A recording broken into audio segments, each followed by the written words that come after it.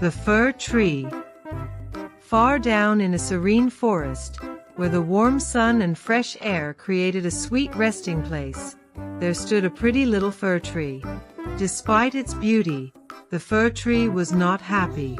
It looked at the towering pines and firs around it, and wished desperately to be tall like them. The sun shone warmly on its branches, and the gentle breeze rustled its leaves.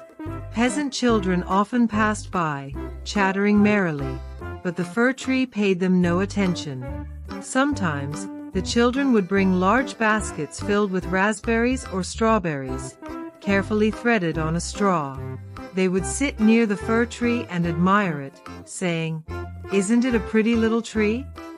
But instead of feeling pleased, the fir tree felt even more unhappy. It longed to be taller and would often complain, "Oh, how I wish I were as tall as the other trees."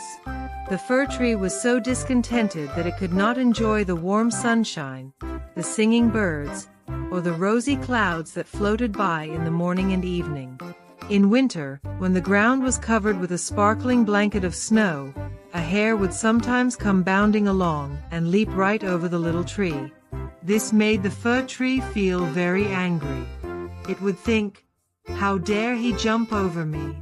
2 winters passed this way, and by the time the 3rd winter arrived, the fir tree had grown much taller. Yet, despite its growth, it still felt unsatisfied. It would exclaim, "Oh, if only I could keep growing taller and older. There is nothing else worth caring for in the world." Every autumn, woodcutters would come and cut down some of the largest trees. These trees were then loaded onto carts and dragged out of the forest by horses. The fir tree wondered where they were taken and what happened to them. When spring arrived and the swallows and storks returned, the fir tree eagerly asked them, "Do you know where the trees have been taken? Have you seen them anywhere?" The swallows didn't know, but the stork looked thoughtful. He nodded and said, "Yes, I think I know.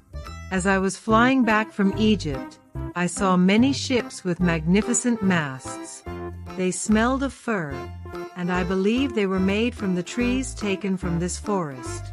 They stood tall and proud on the ships, reaching towards the sky. Oh, how I wish I were old enough to fly across the sea. But what is the sea like? What does it look like?" asked the fir tree eagerly. "That would take a long time to explain," replied the stork. With those words, he flew off, leaving the fir tree deep in thought. The sunbeams, noticing the fir tree's sadness, tried to console it. "Rejoice in your growth," they said. "Rejoice in your vigorous growth and the fresh life that moves within you." But the fir tree did not understand. It continued to yearn for a future it could not see, missing out on the beauty of its present moments. Seasons came and went, and the little fir tree continued to grow. It became taller and more majestic, yet it still felt a sense of longing. It could not appreciate the beauty of the forest around it, nor the joy of the birds that sang in its branches. The fir tree remained focused on what it lacked, rather than what it had. One day, a group of children came to the forest. They marveled at the tall fir tree and decided to decorate it with bright ribbons and ornaments. For the first time, the fir tree felt a sense of pride and happiness. It stood tall and proud, adorned with the children's decorations.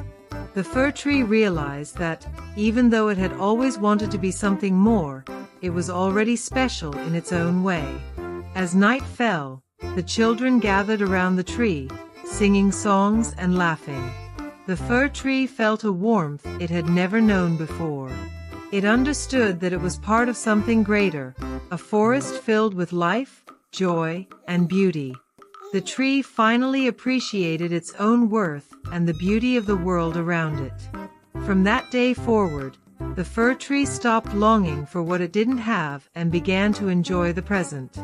It found joy in the sunbeams, the birds, and the gentle breeze.